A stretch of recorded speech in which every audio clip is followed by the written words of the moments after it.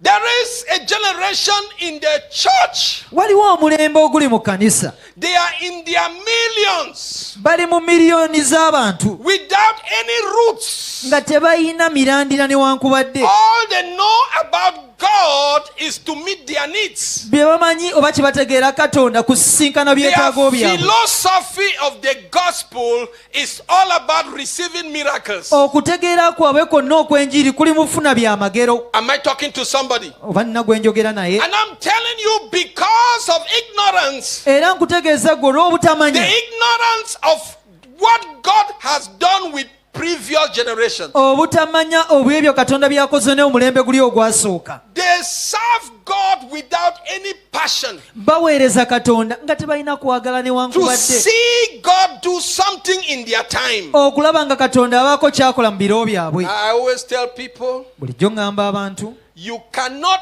aspire if you have not been inspired. Gwe tosobola kuluubirira kubaako kyotuukako oba nga teri yakusiikudde kukikola. To start believing God for something in his or her time. Omuntu otandika okukkiriza Katonda oba okubaako ekibaawo mu kiseera kye. Somehow the person must have a root into the past. Omuntu oyo ateekeddwa okuba nga alinayo omulandira mu ebyo ebyayita. In the sense that the individual must have known some of the things God has done before. Nga kitegeeza nti omuntu oyo aba ateekeddwa okuba nga amanyi ku ebyo Katonda bye yasooka okukola olubereberye. The prayer of Habakkuk started with the words, Lord, I have heard. Essala ya Kabakuuka etandika eyogera. I have heard your faith. Nti Mukama mpulidde ebigambo byo n'ettutumu lyo.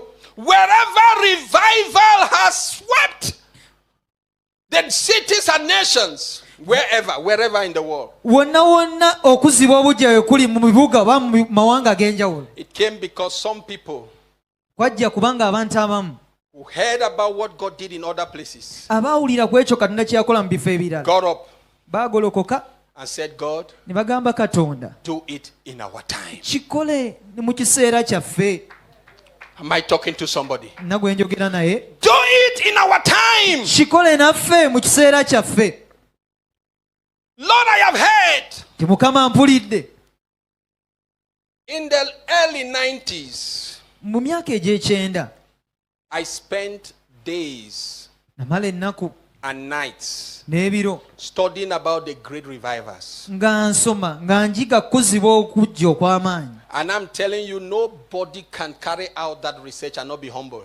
Era kankubulye teri n'omayinza kukola kunoonyereza okunaatettuwaza. People olaba abantu moving about with their shoulders up. Nga batambula bagolokosezza ebibegabega byabwe. They are chief bishops. Kati bafuuse balabirizi. They are chief apostles. Kati bafuuse batume. Either because they have 2 or 3 churches. Olw'okuba nti balinayo amakanisa 2 oba 3. If you study the history of revival, your pride will die. Bannange bw'osoma ebyafaayo by'okuziba obujja amalala gajja kufa. Because you will come across stories of times when God swept entire nations. Kubanga ojja sisinkana ebiseera Katonda bwe yayerera eggwanga ddamba.